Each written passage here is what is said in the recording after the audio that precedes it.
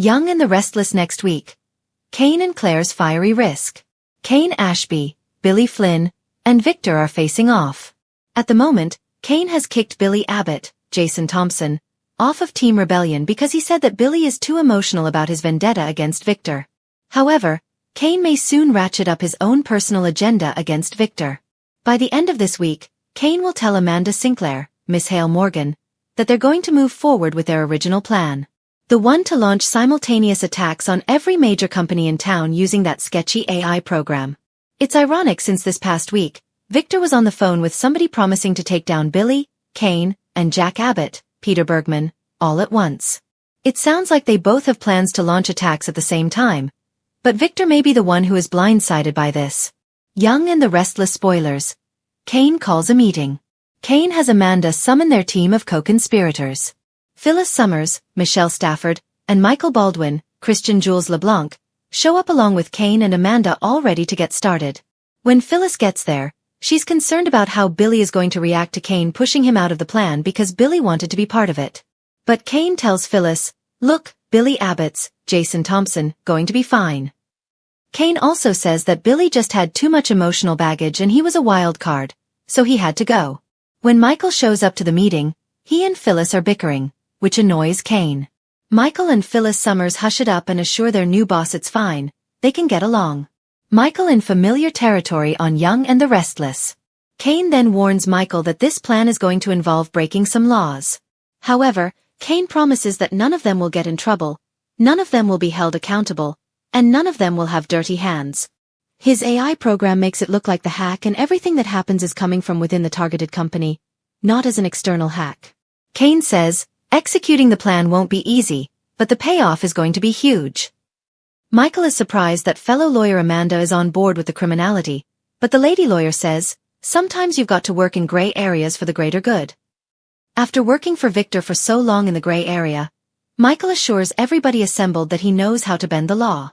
The main problem is that he's there as a double agent and may run back and warn Victor.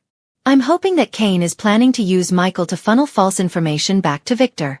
Kane should expect this, so we'll see if that happens or if Kane has been fooled. Young and the Restless. Billy's outburst and Victor's ultimatum to Kane. Billy throws a tantrum at home after Kane tossed him aside. He then decides to crash the meeting on Kane's train car, and he's mad.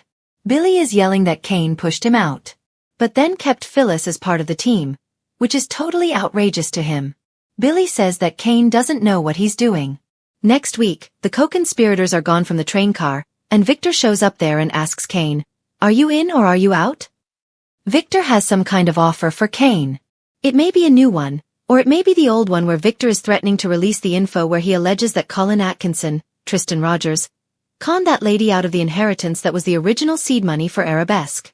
That was what Victor was saying he would do if Kane doesn't hand over the AI. When Victor makes this very threatening offer, Kane says he'll think about it, but Victor says, "You need to decide right now because when I walk off this train, my offer to you is off the table." It sounds like Victor still wants Kane to join forces against Jack to destroy Jabot. Whatever the deal Victor is trying to make, Kane seems like he's considering it. Then again, he may just be letting Victor think that, and Kane already has his mind made up and a whole counter-strategy to deal with this Victor threat. Sally delivers devastating news to Audra and reconsiders her future with Billy. Next week, Sally Spectra, Courtney Hope, is the redhead who's breaking bad news to somebody, and that somebody is Audra Charles, Zuleika Silver.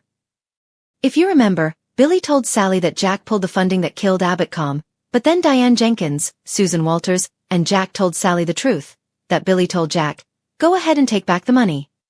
Now Sally has to tell Audra, "By the way, neither of us have a job because Billy killed Abbott.com before it even got off the ground." In addition to them both being jobless, Sally and Audra may both be single too, because I think Sally may actually be done with Billy for good. He is clearly spiraling out of control. Billy blames Sally. Because Sally told Jack about the AI software, Billy is salty at Sally, saying she's not thinking about him. The bottom line is she has been thinking about him. She's been trying to salvage her relationship with Billy and to help him, but he's just throwing Sally and everything away. I don't think Sally is going to put up with Billy any more past this. She risked everything for him, and at the first chance for revenge on Victor and to make a risky move to grab Chancellor, Billy was clearly ready to throw Sally's future away. And he did it. So, why should she stick around? Claire's dilemma. Kyle versus Holden and the exciting new LA storyline. Finally, let's talk about Claire and the guy with a big crush on her, Holden. Next week, Holden is talking to Claire, who says she needs some distance, some breathing room from Kyle Abbott, Michael Mealer, because he keeps pressuring her, and he's not giving her the space to think that she asked for. Holden says, "How does 2,000 miles of distance sound?" He wants Claire to come to LA with him, and she seems tempted by Holden's offer. He mentioned to Claire that he has to sell off some holdings in LA, and then he's relocating to Genoa City and is going to settle down there for good. She seems happy that Holden is moving there, but Kyle just wants the guy gone, far away. Claire seems to be inching farther from Kyle and closer to Holden. Claire might cut Kyle loose, if not a breakup, at least a break for a while. If Claire heads to LA with Holden, that could be really bad for her and Kyle's future. Dark LA storyline kicks off soon on Y&R. Plus, we know Young and the Restless is gearing up for this big LA story. It may tie back to what went down with Audra and Holden with Tucker McCall, Trevor St. John, in LA years ago, or not. In this storyline, we're going to meet new Noah Newman, Lucas Adams. We are also going to meet Sienna Beale, Tamara Braun, who's playing this character we've never seen. Matt Cohen is another new hire. He's going to be playing Detective Burrow. We've got Roger Howarth coming in a mystery role. Nick Newman, Joshua Morrow, and Sharon Newman, Sharon Case, are going to head to LA because Noah is opening a new nightclub. Be sure to check out our full weekly spoilers video for the week of September 22nd. Kane Ashby had always been a man torn between loyalty and temptation. His life in Genoa City was defined by high-stakes gambles, sometimes with business, sometimes with love. After years of scandal, heartbreak and redemption, Kane found himself restless once more. He wanted more than stability. He wanted passion. That's when Claire Grace stormed into his orbit like a match looking for gasoline. Claire had already shaken Genoa City to its core. Her arrival as a lost Newman rattled every household, and though she was trying to carve out her place with honesty, shadows of her past misdeeds clung to her like smoke. Some still called her manipulative, others fragile, but Kane saw something else. A woman trying to prove herself, and a dangerous spark that mirrored his own. Their first real collision happened at Society. Kane had been sitting at the bar, nursing a bourbon, watching the endless parade of Newman drama unfold. Claire walked in with her chin high, determined to prove she belonged. But instead of drifting toward her relatives, she slid onto the stool next to him. "You're Kane, right?" she asked, her voice carrying that mix of challenge and curiosity. He smirked. "Depends who's asking. If you're a Newman, you probably already heard the worst about me."